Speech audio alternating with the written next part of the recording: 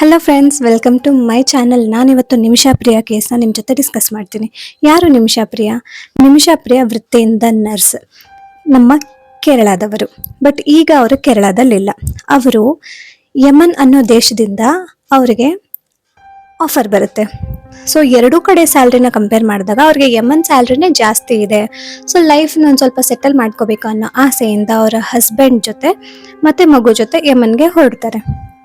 ಎಲ್ಲವೂ ಚೆನ್ನಾಗಿ ನಡೀತಿರುತ್ತೆ. ಬಟ್ ಸ್ವಲ್ಪ ದಿನ ಆದ್ಮೇಲೆ ಅವ್ರಿಗೆ ಅನ್ಸುತ್ತೆ, ನಾನೇ ಓನಾಗಿ ಯಾಕೆ ಕ್ಲಿನಿಕ್ ಸ್ಟಾರ್ಟ್ ಮಾಡಬಾರ್ದು ಅಂತ.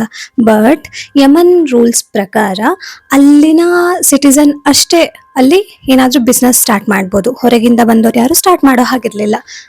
ಸೊ ಅವ್ರೇನು ಅನ್ಕೊಂಡ್ರು, ಅಲ್ಲಿಯೇ ಇದ್ದ ಒಬ್ಬ ಲೋಕಲ್ ಪರ್ಸನ್ ಅವ್ರಿಗೆ ಸಜೆಸ್ಟ್ ಮಾಡ್ತಾರೆ, ಇಬ್ರು ಪಾರ್ಟ್ನರ್ಶಿಪ್ ಅಲ್ಲಿ ಸ್ಟಾರ್ಟ್ ಮಾಡೋಣ ಅಂತ ಮಾತಾಡ್ಕೋತಾರೆ. ಓಕೆ, ಸ್ಟಾರ್ಟ್ ಕೂಡ ಮಾಡ್ತಾರೆ.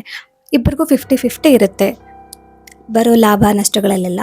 ಬಟ್ ಹೋಗ್ತಾ ಹೋಗ್ತಾ ಆ ಮನುಷ್ಯನಿಗೆ ಎಷ್ಟು ಆಸೆ ಜಾಸ್ತಿ ಆಯಿತು ಅಂತಂದರೆ, ನನಗೆ ಆಲ್ಮೋಸ್ಟ್ ಜಾಸ್ತಿ ಪ್ರಾಫಿಟ್ ಬೇಕು ಅನ್ನೋ ಥರ ಆಸೆ ಆಗಿ ಅವನೇನು ಮಾಡ್ತಾನೆ, ಸೊ ಅವಳ ಜೊತೆ ಜಗಳ ಮಾಡೋಕ್ಕೆ ಸ್ಟಾರ್ಟ್ ಮಾಡ್ತಾನೆ. ನನಗೆ ಬರಬೇಕಿದ್ರಲ್ಲಿ ತುಂಬ ಅಂತ ಹೇಳಿ. ಆಗ ಅವಳಿಗೂ ಕೂಡ ಅನುಬಂಧ ಕ್ರಿಯೇಟ್ ಆಗುತ್ತೆ, ನಾನು ನೀನೆಷ್ಟು ವರ್ಕ್ ಮಾಡ್ತಿದ್ದೆ ಅಷ್ಟೇ ಮಾಡ್ತಿದ್ದೀನಲ್ಲ, ಬಟ್ ಯಾಕೆ ಹೀಗೆ ಅಂತೆಲ್ಲ ಹೇಳಿ ಅವ್ರ ಗಂಡನ ಜೊತೆ ಡಿಸ್ಕಸ್ ಮಾಡ್ತಾರೆ.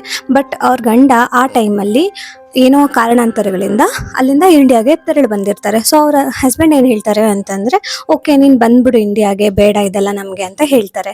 ಬಟ್ ಅವಳು ಹೋದರೆ ಅವ್ನ ಬಿಸ್ನೆಸ್ ಸ್ವಲ್ಪ ಲಾಸ್ ಆಗ್ತಿತ್ತು. ಅದರಿಂದ ಅವನು ಅವಳ ಪಾಸ್ಪೋರ್ಟ್ನ ತೆಗೆದಿಟ್ಕೊಬಿಡ್ತಾನೆ. ಆ್ಯಂಡ್ ಕಿರುಕುಳ ಕೊಡೋಕ್ಕೆ ಸ್ಟಾರ್ಟ್ ಮಾಡ್ತಾನೆ. ಅವಳಿಗೆ ಒಂಥರ ಲೈಕ್ ಅಬ್ಯೂಸ್ ಮಾಡೋದು ಹಾಗೆಲ್ಲ ಸ್ಟಾರ್ಟ್ ಮಾಡ್ತಾನೆ. ಸೊ ಅವಳೇನು ಮಾಡ್ತಾಳೆ, ಮತ್ತೆ ಅವ್ರ ಹಸ್ಬೆಂಡ್ನ ಕೇಳ್ತಾಳೆ, ನಾ ಏನು ಮಾಡಲಿ, ಅವ್ರು ನಂಗೆ ಪಾಸ್ಪೋರ್ಟ್ ಕೊಡ್ತಿಲ್ಲ, ಬರೋಕ್ಕೆ ಬಿಡ್ತಿಲ್ಲ, ಏನು ಮಾಡೋದು ಅಂತ. ಅದಕ್ಕೆ ಅವ್ರ ಹಸ್ಬೆಂಡು ಅಲ್ಲಿನ ಪೊಲೀಸ್ ಸ್ಟೇಷನ್ಗೆ ಕಂಪ್ಲೇಂಟ್ ಮಾಡು ಅಂತ ಹೇಳ್ತಾರೆ. ಅವಳೇನು ಅನ್ಕೊತಾಳೆ ಅಂತಂದರೆ, ಇಲ್ಲಿನ ಪೊಲೀಸ್ ಅವ್ರ ಸಿಟಿಸನ್ ಬಿಟ್ಟು ನನಗೆ ಸಪೋರ್ಟ್ ಮಾಡ್ತಾರಾ, ಆದರೂ ನೋಡೋಣ ಅಂತೇಳಿ ಹೋಗಿ ಕಂಪ್ಲೇಂಟ್ ಮಾಡ್ತಾಳೆ. ಬಟ್ ವಿತಿನ್ ನೋ ಟೈಮ್ ಅವರು ಇದಕ್ಕೆ ಆ್ಯಕ್ಷನ್ ತೊಗೊತಾರೆ. ಆ್ಯಂಡ್ ಈ ಕೇಸ್ ಕೋರ್ಟ್ ಕೂಡ ಹೋಗುತ್ತೆ. ಅಲ್ಲಿ ಇವಳು ಹೇಳ್ತಾಳೆ, ಈ ಥರ ನನಗೆ ತುಂಬ ಟಾರ್ಚರ್ ಮಾಡ್ತಿದ್ದಾರೆ, ನಾನು ವಾಪಸ್ ಹೋಗೋಕ್ಕೆ ಬಿಡ್ತಿಲ್ಲ, ಪಾಸ್ಪೋರ್ಟ್ ಇವ್ರ ಹತ್ರ ಇಟ್ಕೊಂಡಿದ್ದಾರೆ, ಹಂಗೆ ಹಿಂಗೆ ಅಂತೆಲ್ಲ ಹೇಳಿದಾಗ ಅಲ್ಲಿನ ಕೋರ್ಟ್ ಅದನ್ನು ಆ್ಯಕ್ಷನ್ ತೊಗೊಂಡು ಅವನಿಗೆ 1 ವರ್ಷದ ಕಾಲ ಶಿಕ್ಷೆ ಕೊಡ್ತಾರೆ. 1 ವರ್ಷದ ಕಾಲ ಜೈಲಲ್ಲೇ ಇರಬೇಕು ಅಂತ ಹೇಳ್ತಾರೆ. ಅದು ಅವನಿಗೆ ಸೇಡ್ ಆಯಿತು, ನನಗೆ ಬರೋಕ್ಕೆ ಬಿಡಲಿ. ಬಟ್ ಅವನು ಆ ಟೈಮಲ್ಲಿ ಪಾಸ್ಪೋರ್ಟ್ ಇಲ್ಲ, ಕಳೆದೋಯ್ತು, ಹಾಗೆ ಹೀಗೆ ಅಂತೆಲ್ಲ ತುಂಬ ನಾಟಕ ಮಾಡ್ತಾನೆ. ಬಟ್ ಅವನಿಗೆ ಶಿಕ್ಷೆ ಏನು ಕಡಿಮೆ ಆಗಲಿಲ್ಲ. ಆ 1 ವರ್ಷ ಅವನು ಇದೇ ಕುತಂತ್ರ ಮಾಡ್ತಿರ್ತಾನೆ. ನಾನು ಹೊರಗೆ ಹೋದ್ಮೇಲೆ ಅವಳ ಹತ್ರ ಹೇಗೆ ನಾನು ಅವಳಿಗೆ ಪಾಸ್ಪೋರ್ಟ್ ಕೊಡಬಾರ್ದು, ಇನ್ಮೇಲೆ ಹೇಗಾದರೂ ಮಾಡಿ ನನ್ನನ್ನು ಜೈಲಲ್ಲಿ ಕೊಳೆಯೋ ಹಾಗೆ ಮಾಡಿದ್ಲು ಅಂತೆಲ್ಲ ತುಂಬ ಕುತಂತ್ರ ಇಟ್ಕೊಂಡು ಹೊರಗೆ ಬರ್ತಾನೆ.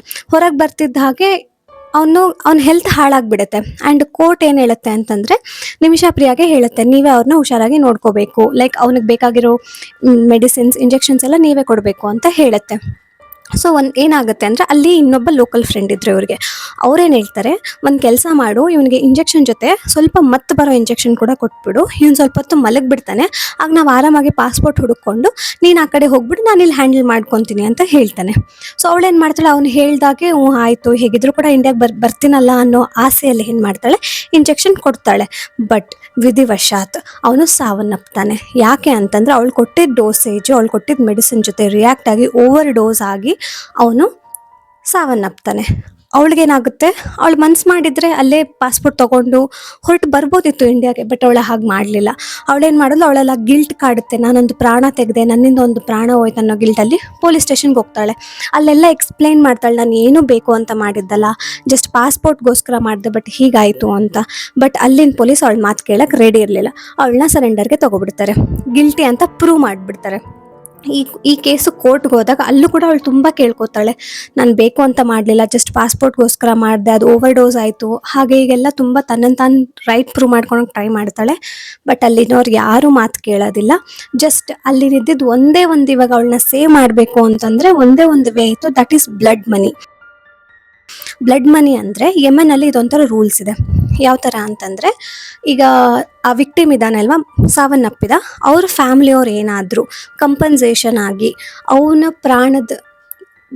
ಪ್ರಾಣಕ್ಕೆ ಬೆಲೆ ಕಟ್ಟಿ, ಇಲ್ಲ ಇಷ್ಟು ಅಮೌಂಟ್ ನಮಗೆ ಕೊಟ್ಟರೆ ನಾವು ಈ ಕೇಸ್ನ ವಾಪಸ್ ತೊಗೊತೀವಿ ಅಂತ ಏನಾದರೂ ಅಂದರೆ, ಅಂಥ ಕೇಸಸಲ್ಲಿ ಅವ್ರು ಕೇಳಿದಷ್ಟು ಅಮೌಂಟ್ ಅವ್ರಿಗೆ ಕೊಟ್ಟು ಇವಳನ್ನ ಬಿಡುಗಡೆ ಮಾಡಿ ಇಂಡಿಯಾಗೆ ಕಳಿಸ್ತಾರೆ.